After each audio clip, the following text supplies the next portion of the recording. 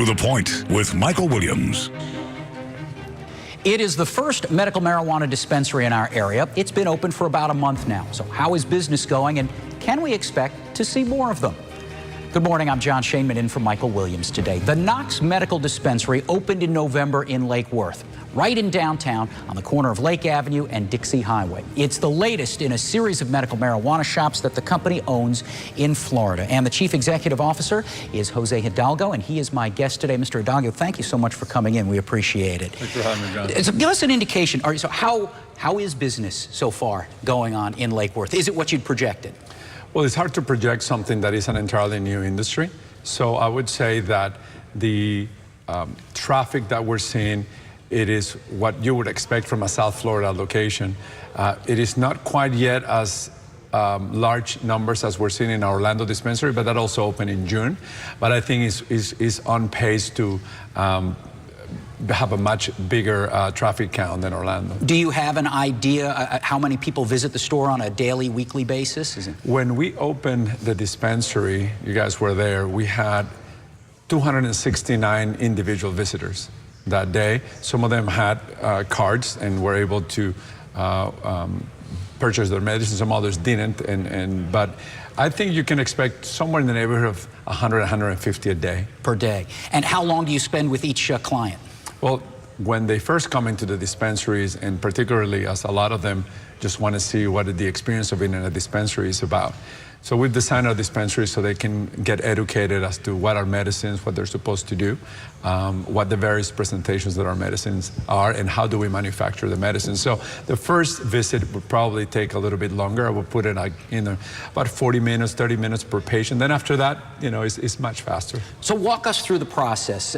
So how does someone get approval to buy medical marijuana for medicinal purposes? So the first thing they need to do is they need to find a physician that has taken the continuing education from the Department of Health Office of Medical Marijuana Use.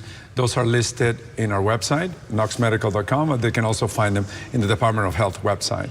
And I'm sorry, and then once they get that? Once they made an appointment with that physician will determine whether they have one of the qualifying conditions. And so talk about the qualifying conditions. What are those that would allow someone to use your products? So right now there are a variety of conditions going from epilepsy to cancer to HIV to AIDS to post-traumatic stress disorder to glaucoma. And there's a catch-all that says, and any other related condition that the physician believes the benefits outweigh the risk. And what is the product, the products that you guys provide, what are they supposed to do for your clients? So we're always very careful in how we present this. They treat the condition. So there are very treatable diseases such as epilepsy, such as glaucoma, but that is going to help with the seizures. Then you're also dealing with perhaps cancer patients that have problems with appetite. It helps them with the appetite. Some of them that are they have Crohn's disease, that have issues with retaining food or actually eating, or those that have issues going to bed and staying asleep, those that suffer of chronic pain, folks with post-traumatic stress disorder, variety of conditions that are known that cannabis treats well. All right, so let's talk about the business. Where do you get the medical marijuana to sell? And so what steps did you have to take with the state to set up the shops? Well, so as you know, in the state of Florida, we're required to do all aspects of the business. So we do everything from cultivating to manufacturing to dispensing to retailing, right? So we are required by the state to do all those functions. And so to that end, we went through a very rigorous background check and application process. In fact, we were the first licensed company in Florida. We received the highest score in Florida, as you probably know. So after you go through that process, there are several inspections that the Department of Health conducts to ensure that you actually render the product that was presented through your application. And so anytime we're going to open a dispensary, they have to come in and inspect the dispensary, making sure that the security is such that there's a vault, that all the compliance requirements are being fulfilled. How long did it take from initial application to first store opening? Well, we submitted the application in June of 2015. The results came on November 23rd, 2 days before Thanksgiving. I remember that was a good Thanksgiving. And we then began our first dispensary open in June of 2016. And you have 5 dispensaries open right now, you said? Is that June 2017. 17, this year, so just this past year. Correct. So you have 5 in the state right now. We have 5 open. We have Jacksonville, Tallahassee, Gainesville, Lake Worth, and Jacksonville. And now we're opening next Wednesday, we're opening Tampa, St. Pete.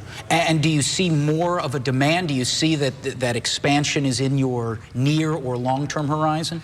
Well, I think the most important thing is to provide access to the patients. So we want to ensure that we have dispensaries in areas like Lake Worth, like Orlando, like Jacksonville, and so on, that folks can have an easy way going in there and getting their medicine. Of course, we deliver throughout the state, but you want to make it easier for them and not to wait to get the medicine. We will be expanding.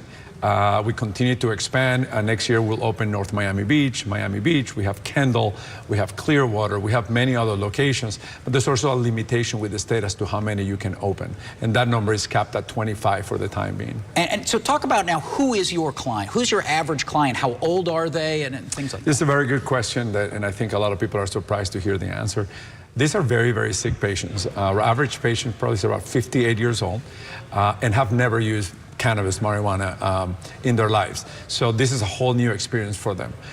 A lot of them make requests as to how potent it is, and they want to make sure that, but since this is an organic medicine, they can titrate and attain the desired effects. And talk about I don't know if application is the right word. These aren't joints that are smoked. These are, how is the product dispensed? So these are all derivatives of oil. So when we cultivate the plant and we harvest it, we put it in a highly sophisticated, it's actually designed by NASA engineer extraction equipment that is a supercritical CO2 extraction equipment. That renders an oil. That oil is then filter, and then it's then diluted into the concentration. So whether they're purchasing drops, whether they're purchasing cartridges to inhale, whether they're utilizing the topical, the creams, or we'll be rolling out January next year suppositories as well. So this is not, some people would say, oh, well, the edible market or something like that. Right now you don't see that? That's not allowed? Well, edibles are allowed through the Amendment 2 that we voted on November of last year, the election year. But the Department of Health is yet to promulgate the rule in which they will govern the production of these edibles. I think edibles have perhaps, people are thinking recreational edibles like Colorado or like California, let's say that, or Washington or Nevada at this point. But this is another way to administer the medicine for people that probably would have a hard time retaining it in any other way. When these are available to the public, they're not going to be appealing to children. They're not going to look like anything that any child is going to want to ingest. But it's a viable way to administer the medicine. Before you guys opened your first dispensaries, did you go to Colorado, Nevada to see how it was working in other places? Did you see things that you thought were good there, or things that you decided wouldn't work here in Florida? Well, part of the reason why we did something radically different than everything else that we saw is that I didn't think that anything that was out there was worthy of Florida and the patients that are here in Florida. I think if we want to elevate the status of this emerging world of medicine, we have to bring an environment that people feel that they're welcome and move away from the stigmatized perception that the industry has. So for that, we saw, we were not impressed, and then we decided to render our own product. One of the concerns, as you're saying, is that medical marijuana will make marijuana more acceptable, and there are people who, don't think that marijuana should be legalized, recreational marijuana. So how do you respond to that? Well, recreational and medical are two entirely different things. So Florida is not recreational, it's only medical.